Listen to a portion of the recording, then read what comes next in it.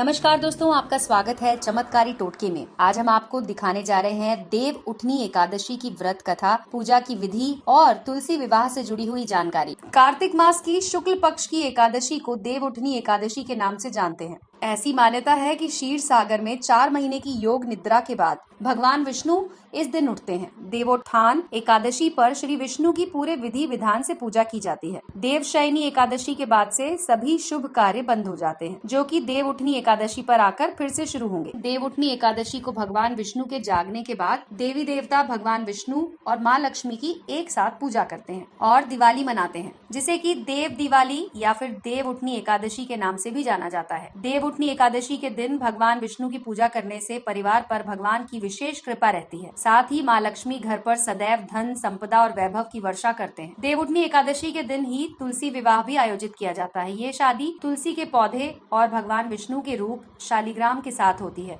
ये विवाह भी सामान्य विवाह की तरह धूमधाम से होता है। मान्यता है कि भगवान विष्णु जब 4 महीने की निद्रा के बाद जागते हैं तो सबसे पहले तुलसी की ही प्रार्थना सुनते हैं। तुलसी विवाह का अर्थ है तुलसी के माध्यम से भगवान विष्णु को योग निद्रा से जगाना। इस दिन जो भी वर वधु का जोड़ा परिणय सूत्र में बंधता है, उसका गृहस्थ जीवन सुखमय रहेगा। इस दिन से कई शुभ काम भी पूरे हो जाएंगे। एकादशी तिथि पर सुबह जल्दी उठें और स्नान के काम के बाद सूर्य को जल चढ़ाएं। जल चढ़ाने के लिए तांबे के लोटे का उपयोग करें। जल में लाल फूल और चावल डाल दें। इस दौरान ओम सूर्याय नमः, ओम भास्कराय नमः मंत्र का जाप करें। भगवान विष्णु के साथ ही लक्ष्मी की पूजा करें। पूजा में सामान्य पूजन सामग्री के अलावा दक्षिणावर्ती शंख, कमलगट्टे, गोमती चक्र, पीली कौड़ी भी रखें।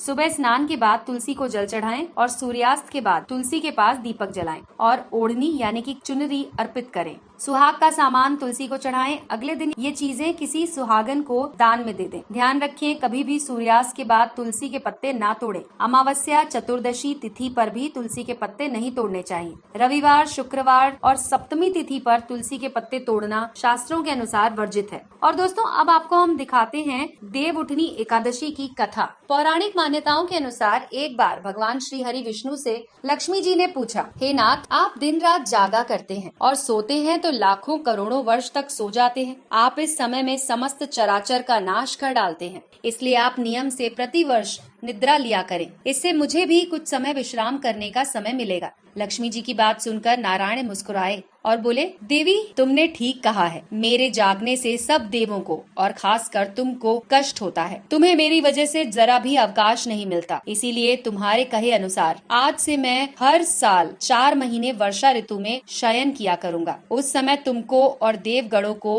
अवकाश होगा। मेरी ये निद्रा अल्प निद्रा और प्रलयकालीन महानिद्रा कहलाएगी। मेरी अल्प निद्रा मेरे भक्तों के लिए परम मंगलकारी होगी। इस काल में मेरे जो भी भक्त मेरे शयन की भावना कर मेरी सेवा करेंगे और शयन व उत्थान उत्सव को आनंद पूर्वक आयोजित करेंगे, उनके घर में मैं तुम्हारे साथ निवास करूंगा। तो दोस्तों, ये तो थी देव उठनी एकादशी की कथा। तो हमारे इस वीडियो को लाइक कीजिए और अपने दोस्तों के साथ जरूर शेयर कीजिए।